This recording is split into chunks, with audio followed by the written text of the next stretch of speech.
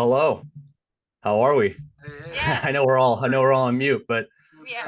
that was very inspiring. I've yet to, I don't know your name, sir, but that was excellent. Oh, You got me all hyped. okay, I'm glad to. Uh, Hi, this is Elizabeth and Elton Brewington with Discover Brightside. And Josh, we've discovered you. And Josh is an actor and a comedian, laugh and lead. He transforms performances and storytelling tools into powerful leadership development. So over to you, Josh. Tell us all great. about it. And you're going to do an exercise. I can't wait. Oh yeah, we're gonna dive right in. There's no use of sitting around here. We got to get to work. No, Thanks, Elizabeth. I appreciate that. My name is Josh Accardo. I've been a comedian for 20 years, and an actor and a working comedian and actor for 20 years. And what that means is you don't know me, but people always go, "Hey, you look familiar." And you probably seen me in like 50 different regional commercials. You probably seen me in a Law and Order.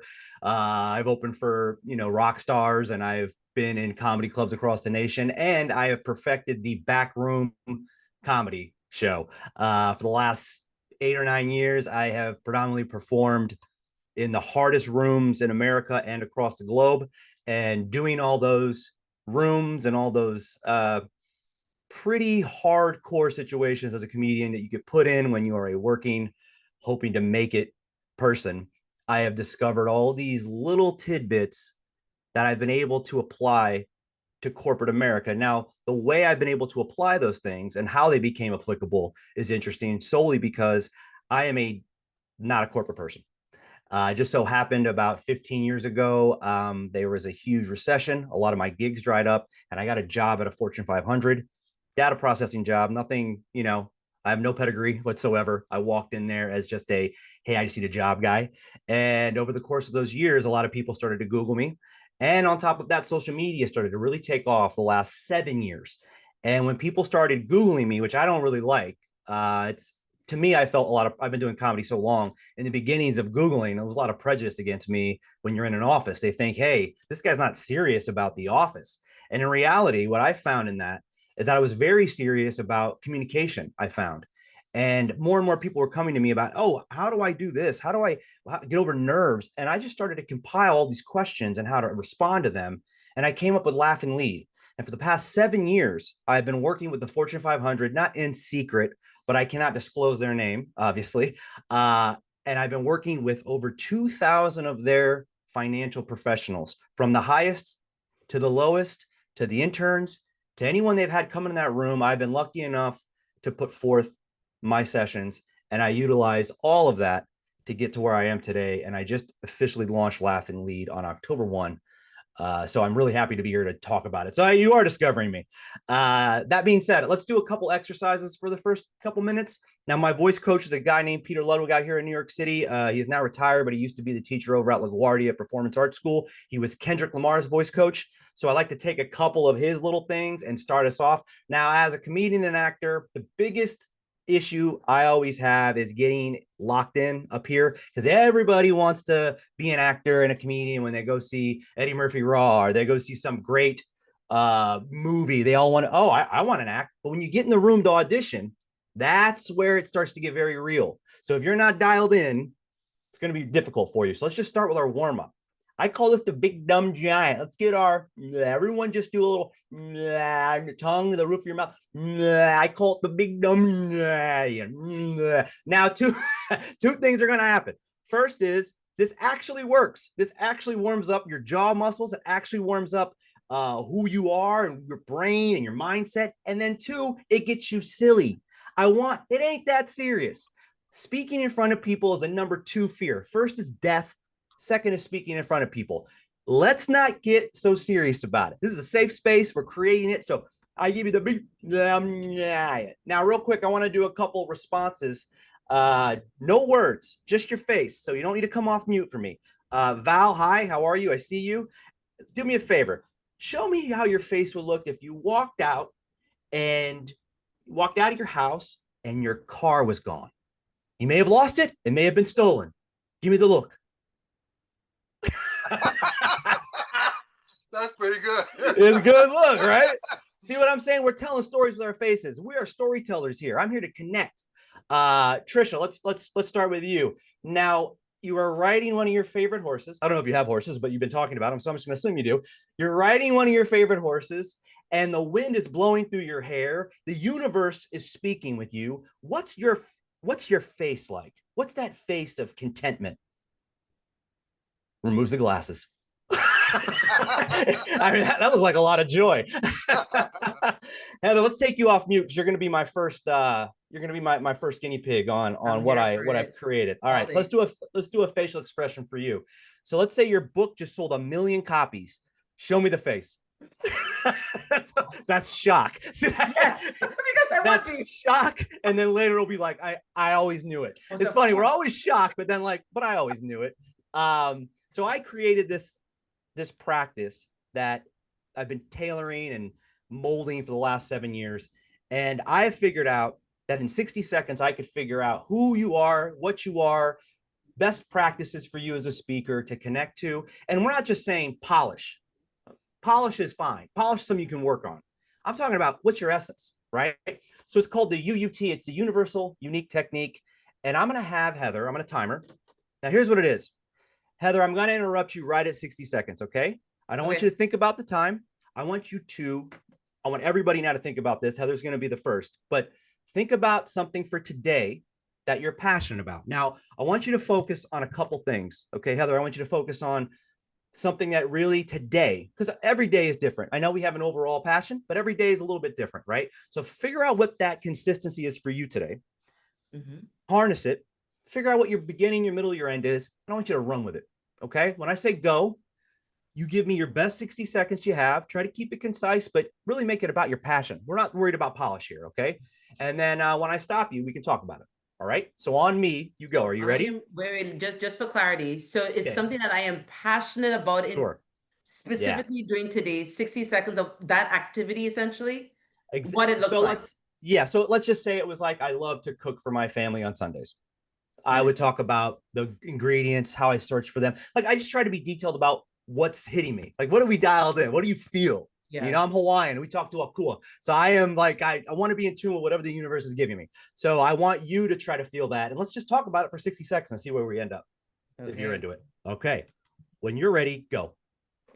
So today I want to focus on giving my dog all of the therapy that she needs as a senior.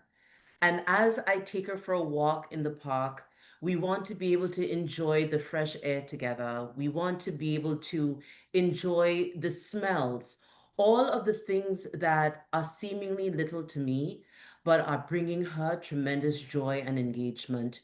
We want to be able to look at the water flow through past the rocks and look at the birds fly as she becomes engaged by all of the squirrels and wanting to run to be able to expand her limbs that as she gets older, they're providing challenges, pain that I can connect with because I too feel.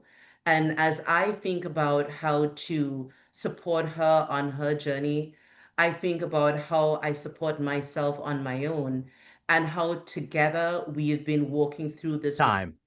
That was excellent. Okay, first and foremost, how did it feel? Did it feel short? Did it feel long? Give me how your body felt. Like 5 seconds went by. Yeah. So here's what we're going to find out with everybody. It's always different for everyone. You're going to find the people that like, I'm a guy that started as an improv comic. I like to go off the top of my head, but then I needed to write jokes. So I had to work on that part. So this kind of exercise for me is usually where I shine. Some people are opposite. Some people need to get it structured first before they say it out loud. That's why we do this. Because here's what I noticed about you. I don't know you very well. I mean, I did a little bit of research coming in here, but right out of the gate, I was very much engaged because you have a clarity and a softness to your voice that, if it's harnessed properly, is a really great speaking technique. And I feel like you speak a lot just from what I saw. It's like you have a pretty good experience level. So you utilize your tone very well. I think when you're speaking about an animal or a loved one, it always is going to resonate with your audience. So that already, I have a dog and my dog's 5, and I know that day will come. And I don't want to think about it, but it is real life. Exactly. Yeah. So what was great about yours is you brought me real life, but you mixed in what's great about all the stuff in between. the squirrels, the thing, all that stuff is very useful. So I think for you as a speaker, you have a really great anchor to what you want to say. And I think that being the catalyst for everything you touch, whether it's about your work, or you're speaking about an opinion, or it's a coffee chat, or it's a with leadership. To me, I think that is your essence, is being tethered to that, just like that nurturing but very distinct and concise nature you have. And if you watch this back, I usually, so for the sessions, I record these and I keep my live feedback on there for you to hear me say it, but also so you can watch yourself. Film study to me is everything with this. If you're good on film, it's good. And it doesn't mean anything if you felt good saying it. If it's on film and you see it, you're like, oh, I don't really like how my eye went like this. Like, you gotta be a little critical in a good way. It's called positive self-criticism. We need that. And that was awesome. I don't know how much more time I got, but I would love to do another one if we have time for it. So whoever wants to jump in. Thank you. Great.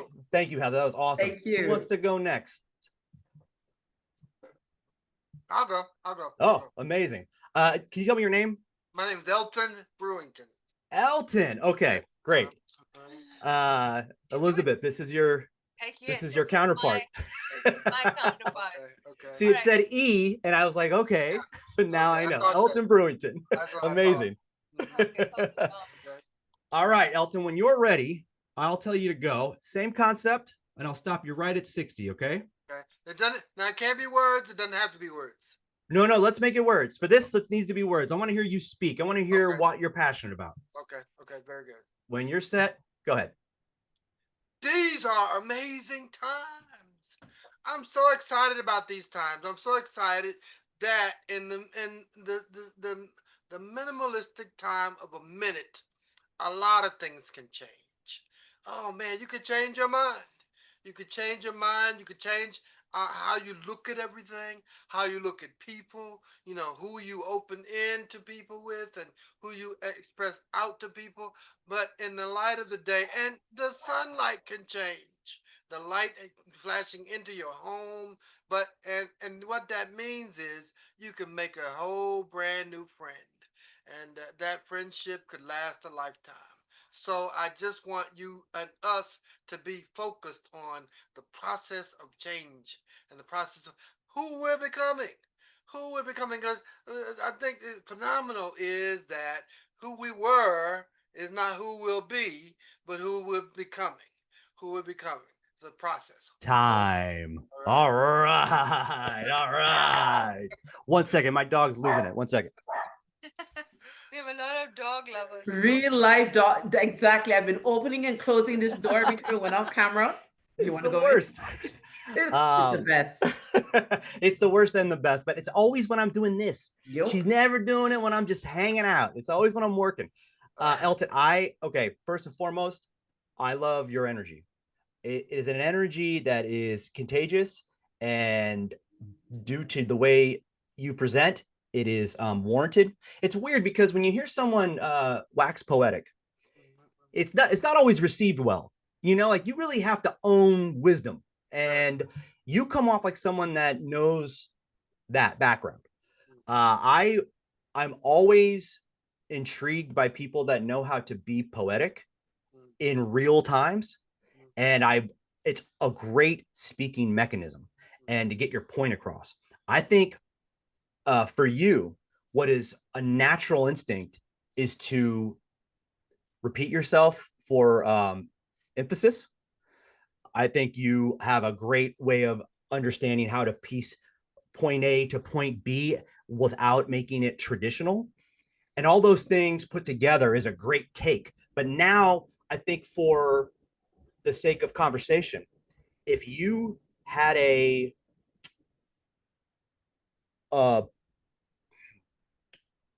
cinder block, and imagine a concrete block that you are tight rope walking, and that concrete block is the subject. So for you, I think, correct me if I'm wrong, the subject was the point was making that it is how do I word this? Help me, Elton. You were putting together pieces of why the room is great, why the times are great, Help me. Is that Uh, accurate? yeah, putting together The energy. our chemistries, our collective chemistry. Yes. So I Uh-huh. think for you to be the most effective is when you start your presentations or when you're about to talk, I would love to know because you have like a preacher aspect about you. I don't know if you're ever a preacher, Yeah. Yeah, but it's good to have, preachers always start with, this is the, they have their Bible, right? And they know where they're going to go that day. And I uh-huh, think for you, that's a really great thing. So if the topic is, the times or like the greatness about something, what uh-huh, is that exact thing? uh-huh. Start with it. Like if I'm going to talk about my dog's named Nucci. Like Nucci ate 10 gummies yesterday, 10 immunity gummies she wasn't supposed to eat. And I had to call the vet, but she's healthy today. And Okay. then I'm going to go in and Right. it's a glorious day because my dog is like, you know what I mean? You have a subject, that cinder block, man, you were walking on that. And Yeah, now right. all those emphasis and all that, that structuring of words and the visuals you're giving me, Mhm. they add more color and more life. You got that. So I think adding that component would improve it by at least 40% for what your point you're trying to get across. Thank you. I appreciate that. I'll take Yeah, that it. was excellent. Thank I'll you. take I'll take it. I'll take it. Right, check it out. Mm-hmm. Okay, so I'm going to thank you, Josh, and Thank you, everybody, all of please you. show some Thank you, love. Josh, for your energy. Yes, And we need to make sure you come back, all right? yeah, he is from that. Laughingly.com. If you Yes, ever want to reach out, let me know yes, because I do this for big groups and I love it. I Okay. love yeah, hearing people yeah. communicate. Okay. Thank you, thank you, thank you, thank you. You have been discovered on Discover Brightside, Right. the video Mm. network and podcast. Okay.